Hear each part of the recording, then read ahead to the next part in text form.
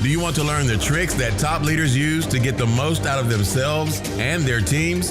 Well, Naftali Hoff is here to help. Lead to succeed. Picks the brains of top leaders to learn about their challenges, insights, and best practices. Here's Naftali. Hello, Lead to Succeed Nation. It's Naftali Hoff, and welcome to Lead to Succeed, episode 84. This episode is sponsored by the Impactful Business Leadership Mastermind. The mastermind brings together hungry entrepreneurs and business owners who want to scale their business, get their toughest problem solved, learn best practices, and build their networks.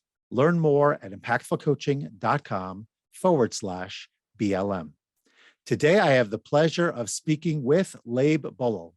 Leib is a partner at Grayhawk Capital, Arizona's largest venture capital firm with a focus on investment in early growth stage software companies.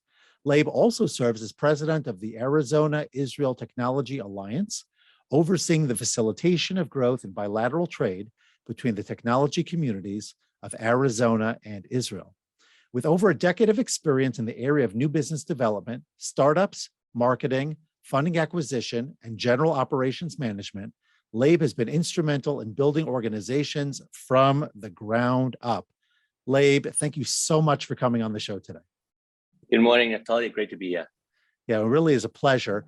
And I know that we've been connected by a good friend of mine, Jason Pfeffer, who I know you've known for much longer than I have, a previous guest on Lead to Succeed. So I thank him for making the connection, and I'm really excited to talk with you.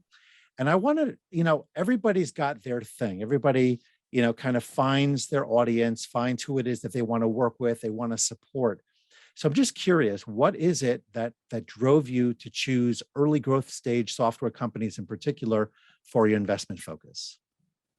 Yeah, thanks, Naftali. So maybe I'll backtrack a little bit to, I'm a passionate Zionist, love Israel, lived there for about 7 years, and obviously Israel is a startup nation, and it has the highest amount of investment per capita in the world with early stage and growth stage software companies. And, I felt that there is an opportunity. There's many great causes out there that are supporting different initiatives in Israel. It could be advocacy, it could be nonprofits doing things. And I realized there was an opportunity where people wanted to be involved in what I would coin as economic Zionism. How can they get involved with something that's a little different and they can benefit from it as well?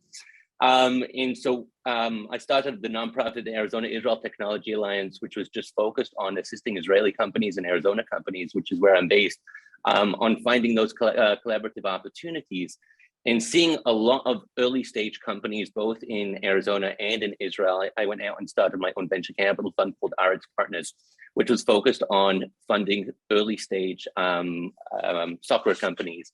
And that we would call that pre-seed and seed stage. And after about 3 months of doing that, my attorney was also an attorney of Grayhawk Capital, introduced me to them. We worked for a number of months together, and then they asked me to join. So, my passion is Israel. Technology is really the driver of innovation in the world. And that's how, I landed up with Grayhawk Capital.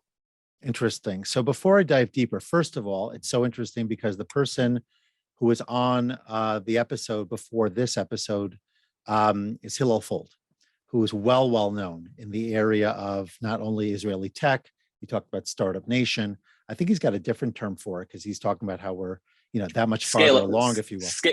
Scale up nation. Scale up nation. Okay. Yeah. So you guys are talking the language better than me. Anyway, so I heard the piece on passion. I love the story, by the way. I love how, starting with your passion, if you will, kind of brought you to where you are. And that's always very exciting when you can kind of build from the values out, take your passion, build it and develop it. And then new opportunities come together from people who are like-minded, who see things similarly to you and really want to support you as well as you them. So I'm just curious, Leib, because, you hear different things about follow your passion, get excited about something and then do it. And Jason, actually, now that I think about it, he actually said that that's a bad idea. Right? Don't follow your passion. He had his whole theory as to why that wouldn't work. So I'm just curious. I love mixing it up a little bit amongst friends in particular. I'm curious to get your take on, this whole idea of kind of starting with the passion, starting with purpose, and going that direction? And would you advise that to most people, or did you happen to just quote luck out in this particular case? Yeah, so I'll give you maybe some back-end story that you probably are not familiar with. I heard Jason's segment, that Okay. 2-minute clip that you have, Yeah. and I gave him a call, and I said, Jason, we need to talk over here. And I don't agree with that at all. I believe that when a person is going on their career, I do I'd say a fair amount of just advising people in terms of what they'd like to do with their lives. I believe there's three criteria. Number one is, does it provide a sustainable income to be able to meet your life needs? Second one, are you utilizing, are you getting a lot of job satisfaction? Are you going to go into something that you're going to come out of there every day and you're not going to feel good about it? Don't go into whatever the X is. And the third one is having a passion, getting a lot of people, getting a lot of job satisfaction. Let me go back. First one is going to be, does it meet financial needs? Second one is, are you utilizing the qualities that you have that is unique to you to be able to come out as, contributing to that organization or whatever you're doing? And the third one, does it give you job satisfaction? Which really comes around, that passion aspect of it. And number one and number two, I think many people can find, right? Can you find the financial needs? Second, are you utilizing those needs that you have? If you find one and two, that is a good option. Ultimately, if you can find number three to follow that passion, that's the ultimate. But there's many people that are able to utilize that passion of theirs beyond just the jobs that they have. So if you think about communal activity, if you think about, whether it's coaching a soccer game or whatever it is, I believe that having passion about something and where you are vested in really comes out on a more holistic aspect, as being able to have a lot more productivity, feeling good about your job, and being able to continue that journey that you're going on. So I spoke to Jason about that, and he says, good thoughts, and he didn't say agree or disagree, but he said valid. I guess I'm going to have to record one with both of you guys on together. We'll have to duke it out. But in the meantime, no, that was a great answer, and I love it. The couple of things that I distilled from what you said that I'd like to go into a little bit more, if I could. You talked about how you advise people. I'm not sure if that's a consultative role or if that's voluntary, but I'm just curious to know, Leib, your take on the idea of paying it forward. What is it that you do? What is it that you see other leaders do where, they want to contribute, they want to be able to help others get to where they are, if not even exceed where they've reached. What's your process? What are your thoughts on that? So, no, I don't consult at all. I mean, these are more advisory. I have about 250 resumes in one of my folders. I think that helping people with their careers and their jobs is the ultimate form of charity. I think it's fundamental to a person's development to be able to share what network that they have and the abilities that they have. Obviously, unless it's, that's what their career and their job is. I think it's very, I should say, selfishly self-gratifying to be able to help someone out. And I think on an altruistic level, there's a lot to be said for people that do pay it forward. I think the majority of people are not handed things on a silver platter, and they need to be able to work incredibly hard.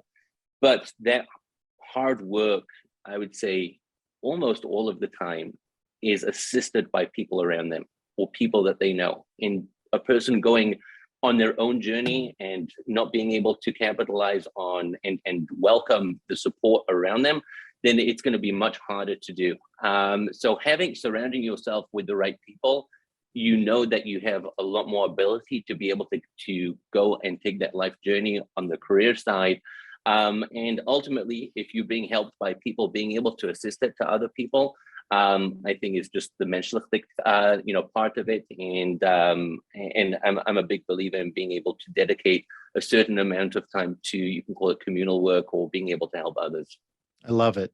Yeah, I would want to go deeper. I just know that we have so many other things to talk about, but I'm just going to reiterate or restate a couple of points that I think are very valuable. There's this research that they've been doing over at Harvard for a really long time, studying men and studying their happiness. And a lot of the people that they started studying decades ago are no longer living. But what they found consistently is that people who have strong relationships with others and are involved in giving are the happiest, are the ones who really feel most satisfied. You talked earlier about finding your passion. You might have viewed it as a bit of a cherry on the top, but still, wherever you can intersect your work with your passion. And if you can't, then at least find opportunities, gratifying opportunities elsewhere where you're contributing. So, we live in a society where I think people are becoming more and more sensitive to this, that it's not just about the work. And of course, we want to make money, but we want to be able to live and improve the quality of people's lives around us. And simultaneously, we know that when we give to others, that's what really, in many cases, makes us feel most fulfilled. So just a reinforcement, if you will, a reminder to myself and anyone else who's listening that, yeah, we want to work hard and we want to achieve, but let's always think about how are we improving the lives of others? How are we, even with our products or services, how do they help the end user? How do they make somebody else's life better? And if we do that, it creates much more excitement, passion, motivation around our work, which of course keeps us going. So, let me jump in, Naftali. That really comes to an aspect. I mean, in most companies now, you have customer success teams. How is the company making their customer really successful? And the amount of capital and dedication put onto customer success teams really, I think, magnifies that. Is how can you make your customers really as best as possible, that they're maximizing what you have to offer them. So I think looking at it on a personal level, making sure that people around you and contributing, and also on the work side level as well, the amount of dedication to them is magnified, that you've got so much on the corporate side being dedicated towards that. I love it. Okay, so let's talk about, this is always interesting to me. You're obviously very involved in investments. So with investments, there's the product, there's the service, there's the balance sheet, there's all that stuff.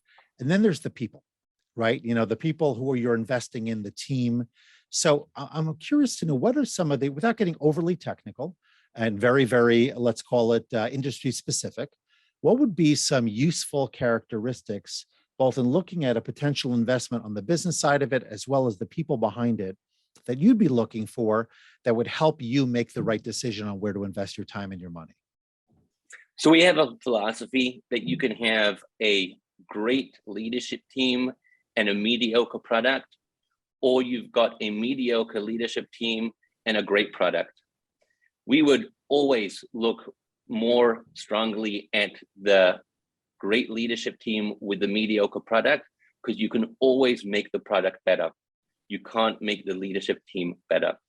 So that's, from a philosophical perspective of investment, we need people and looking for teams and management that are stand-up people. Ultimately, we're looking for people who do have a track record. We do invest in first-time CEOs as well. Generally, those CEOs have surrounded themselves on the management side with people who have more experience than they have. But ultimately, we always do customer references. We always do, personal references in understanding, are these people the types of people that we want to work with? Are they straight, transparent, and are they, good relationship people? And I think that's really, when it comes to the personality traits, that's really what we're looking for. Yeah, I love it, because I speak about leadership quite a bit. And I know that, for example, I've often referenced John Maxwell. He talks about how when you have a, let's call it an imbalance between the leader and the leader's message. So if people are supportive of the leader, you could always get another message. You could always get another direction. You could always recalibrate, so to speak. But if people won't get behind their leader, if the leader doesn't inspire them, if the leader doesn't support them, if they don't feel valued and validated by the leader or the leadership team, very little positive will emerge, because we always see things through that lens, right? It's the leadership first. So while leaders, I do disagree maybe a little bit. I do believe leadership can be developed. I think leaders can be developed, but I agree with you fundamentally. It's certainly a lot easier to work with people who have it, who get what leadership is really all about, who put others first and those kinds of things, rather than trying to recreate their leadership orientation and and build it out from there. But there's one other thing that you said, and I'd like to unpack it just a little bit more, is the experienced team, right? You talked about leaders who find people that are more experienced than them and surround them with them, which is awesome, because we don't know everything. I know I listened to Napoleon Hill, Think and Grow Rich, a lot. He talked about Henry Ford and Thomas Edison and some of these others who were not educated people, did not go through grade school all the way, did not have advanced degrees, but they understood how to leverage the wisdom and the talent of other people to help them build great businesses, great products, et cetera. So I'm curious to get your take on that. What is the reason you think that this is so critical, and what may be an example of where that experience has helped somebody who may not have had it for him or herself take that next level? So on an investment side, you're always looking to be able to mitigate risk. And when you have someone who's done it before and they've served in specific leadership positions and they've been able to build teams and they've been able to increase revenue, then you have a track record to be able to validate and say, this person has done it before. Whereas someone who, the first time, they're still that unknown. So we're looking at it primarily from a mitigation of risk. And we've had some very successful first-time CEOs, but they've done a great job in being able to build teams around them. And that gives us a lot of confidence as well. If there was, a CEO that had not done it before and does not have a strong team around them, then that would be a little bit more of a concern to us, and we would need to be able to justify an investment in them. But really, it comes down to the mitigation of risk. And that's really, we look at many different aspects of how are we mitigating risk from an investment perspective. Sure. So what would be an example of where you saw that the young CEO wanted to do X without getting overly specific, and of course, keeping all identities confidential, but an example of a kind of scenario where that a new leader not really recognizing all the aspects that have to be considered was kind of moving in one direction, and the experience reeled them in and gave them a different way of looking at things. Is there anything that comes to mind? Yeah, sure. Yeah, we recently invested in a company that was a first-time CEO. We really liked the CEO, super smart guy. He had built a great product, and we're talking about this company has about 22 employees or so, and obviously, this was his first company that he was building. And one of the first conversations that he had with us, he was very transparent. He said, "I know I'm young. I know that this is my first time, building a company.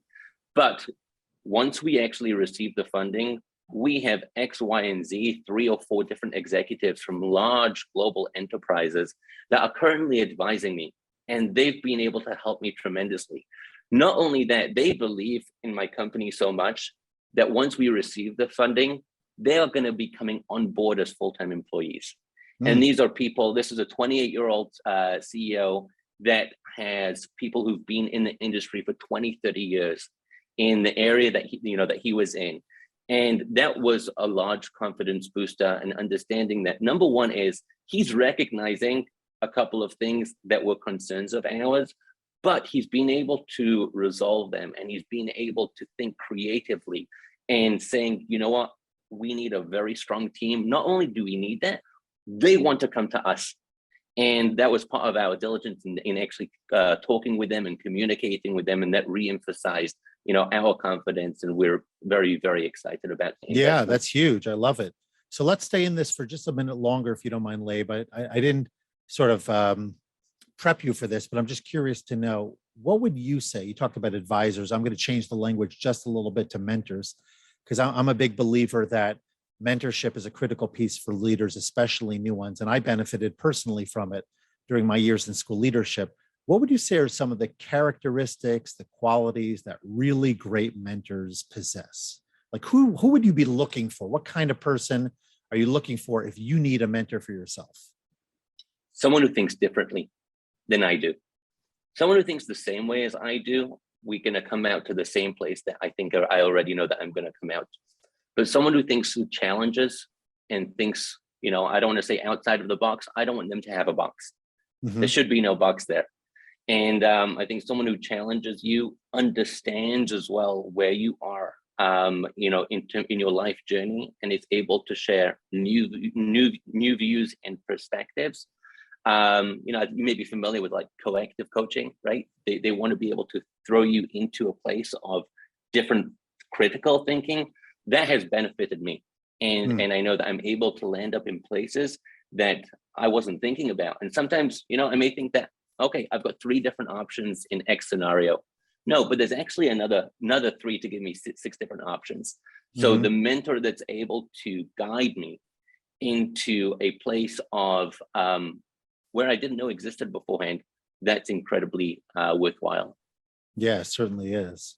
Yeah, so I mean, that's been incredible. I would like to go back to one thing that you hit on. I hit on the introduction. You kind of took us back there when I asked you that first question about the Arizona-Israel Technology Alliance.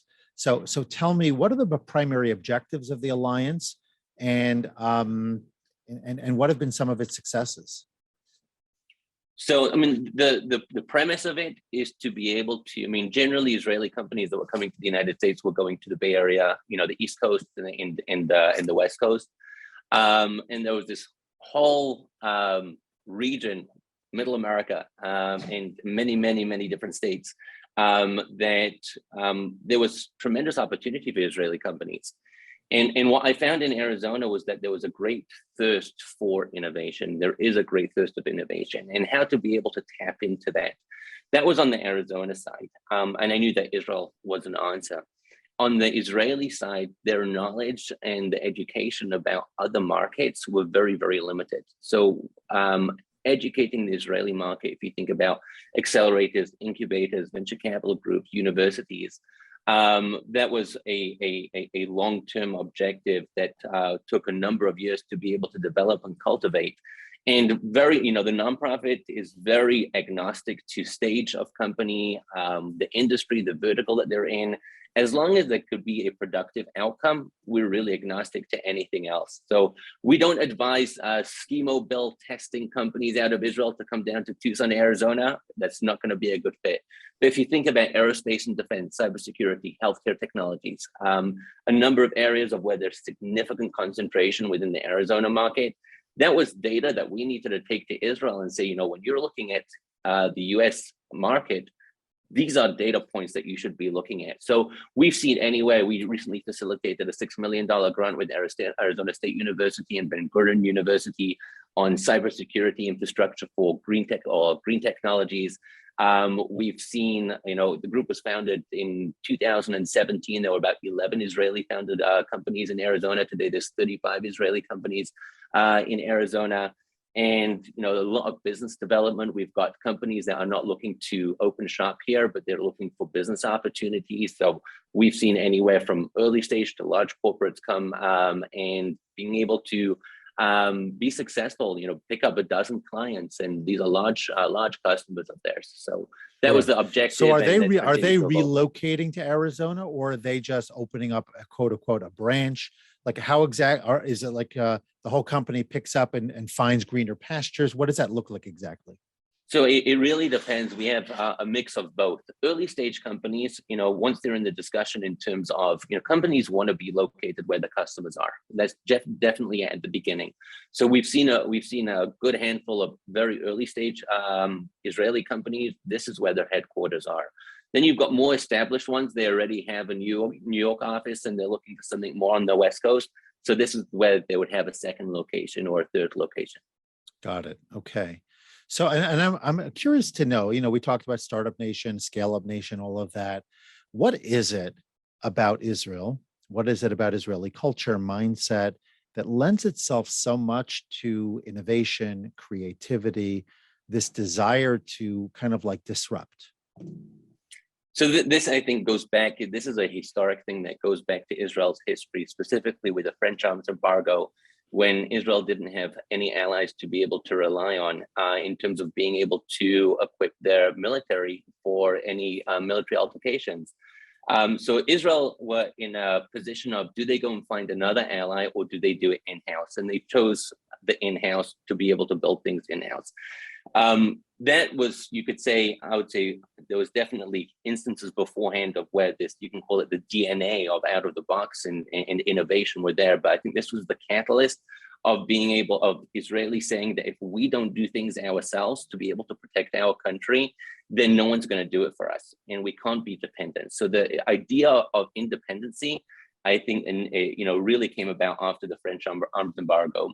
And then and you have the military you've got the mandatory military service in Israel, and a lot of that is cultivated in called the 8200, the 8200 unit in Israel, of where today's war is happening on the cyber front, and being able to think 5 steps ahead of the game is a necessity, because if they're not going to be doing that, it's your mother, your brother, your grandparents, your kids that are literally at stake.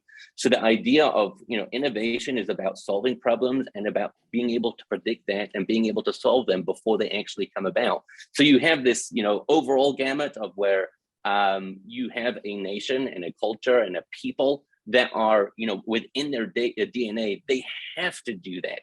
And I think it progresses from that. Yeah, and it's born out of necessity, but look at what it's producing. It's unbelievable. If people realized just how much their day-to-day, their cell phone functions, so much of their communication, hardware, software, et cetera, is being affected positively by Israeli technology, and that's the outgrowth of people who are trying to, not only provide income for themselves and have a career, but see problems in the world and see that if they don't take personal accountability and action towards solving them, there will be problems. Like you just said, who knows where we would be? So it's we don't want to be pushed. I guess what I'm trying to get to here, Leib, is that we all want the comfortable life in a sense, right? We all want to be able to be out there on the beach and just enjoy the breeze and kind of like live relaxed. But the real growth of society, the real advancement of humanity, whether it's physical, material, spiritual, et cetera, has always been because we've been forced to grow. We've been forced to push ourselves beyond our comfort zones. We've been forced to address a problem that's in front of us, either real or imagined, and as a result, work towards a better outcome. And I just think that's, even though it may be the reality of living in under tough circumstances, we ultimately all benefit from it. So I'm just curious to get your take on what you see, let's say, for example, not even in Israel proper, but just people around you who, as a result of challenges that they've had, yourself, others, has really transformed them. I mean, I think anyone who's is living in a comfort level is probably regressing in some areas. And, I don't believe there's a status quo perpetually. If a person is either going to be growing in certain areas or they're going to be regressing. I think it's very difficult to say that person is going to be status quo for a long time. And some of that progression comes out of the discomfort. And it takes a lot of hard work, and it takes a lot of commitment, and it takes around, building that community and the people and the network around you to be able to do that. So I agree 100% with that. Yeah. And I think that we have to reorient our minds because everyone wants to, quote, get there. There's this idea we're just going to get there. We'll retire early and all of that. I disagree. I believe very strongly that we should never fully want to get there, in the sense that life is about continuous growth. We don't end that growth just because we no longer have to necessarily produce income for our families. We are here in this world for a purpose, and that purpose should be fulfilled to our very last day. So I'm a big believer personally. I don't want to get on my soapbox too much over here, but that's kind of where I was going with it. So I appreciate your insight. I want to ask you one last question for this segment, which is the question I've been asking all of my guests recently. And that is, if I just listened to you, Leib, you came on, you've talked, you've sounded super intelligent, very successful, wonderful. I would think that you've had this, whether it's a hockey curve or just like this upward progression of growth with no setbacks, no challenges, no anything, and maybe you're just born for this. But we all know that challenges are part and parcel of life, and we only grow from those challenges and how we've overcome them. So I'm curious to know, Leib, what was your biggest failure, your biggest challenge, and how did you overcome it? I have a file in my filing case at home that's probably this big, with the failed ventures that I've tried to stop. And then the things that I'm working on is probably about this big. So I've done some crazy initiatives that I thought were going to be, the greatest things in the world, but they didn't work out. And probably my guess is going to be between 8 and 10 that failed and have been successful. I would say there's going to be 2 or 3. And I think going on that journey, and I knew, the majority of startups fail, of ideas fail. Everyone has great ideas. The question is there a product market fit for it? Are there people out there that want that? Is the strategy the right strategy? Is the timing the right timing? So everyone has great ideas, but being able to execute is a whole different level. And each one of those things that didn't work out on my end were for very, very different reasons. But I understood from the very beginning, you just got to try. You got to keep on going. And as soon as you hit that brick wall, there's always going to be hurdles. But there's a time that you need to back off a little bit and say, you know what, is this the right decision? Or I see many people say, no, this is a vision I've had for a long time. But when I'm looking at it, I don't believe it's, the hardest thing to be able to tell someone is got to stop. But there's people that want to keep on going. And I've been on both sides of it. So, I would say throughout life, I've had all of those instances and they were continuous. And I put blood, sweat, and tears into so many things that I believe were the greatest things. I'm really blessed and grateful where I am now. But I believe all of those things were journeys of where I am now. It was part of the journey and wouldn't have happened if not for them. And of course, we talked earlier about mentors and people we could turn to. So sometimes when your face is a little bit too close to the glass, you need somebody to pull you back and give you that perspective. So that was really, really great. Thank you, Leib. Let's now transition to the rapid fire. My first one is a quote that you live by or think about often. Be a mensch. Nice. Okay. A secret about Arizona that few people know.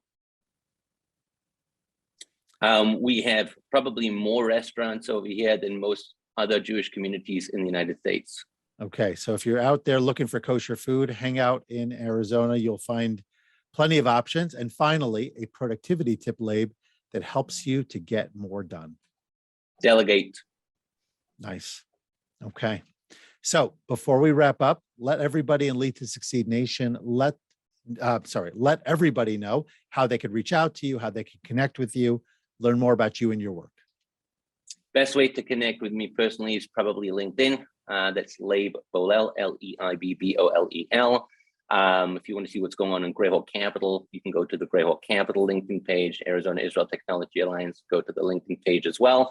You're welcome to shoot me an email at lbolel@grayhawkcapital.us. Okay, well, very brave of you to share that. Thank you, Leib. And finally, before we let you go, recording this on the eve of the Shabbat and also right before the Jewish holiday of Hanukkah. So there's a lot of thoughts floating through my mind right now. Leave us with one final life lesson that could put a beautiful cap on this conversation. Well, we light the candles. We start with 1 and we go all the way up to 8. And we know that there's a question whether you start with 8 and go down to 12. But really, you always got to start at the beginning and you continuously build one by one until you get to your goal. Nice. Okay. Awesome. Love it. Really, really great. I feel like we could have had this conversation fivefold, so much to unpack, but I've gained a tremendous amount. Thank you, Leib, for coming on the show. Thank you, Jason, for making the connection. It's just, I see all my podcasts are kind of like blending together in a great way here. And I look forward to getting to know you better and wishing you much continued success with all you do. Thank you so much, Naftali. Thanks so much for listening to this episode and for investing in yourself so that you can lead to succeed. Before you go, don't forget to subscribe, rate, and review the show. Your feedback gives the show more social proof and encourages more folks to listen.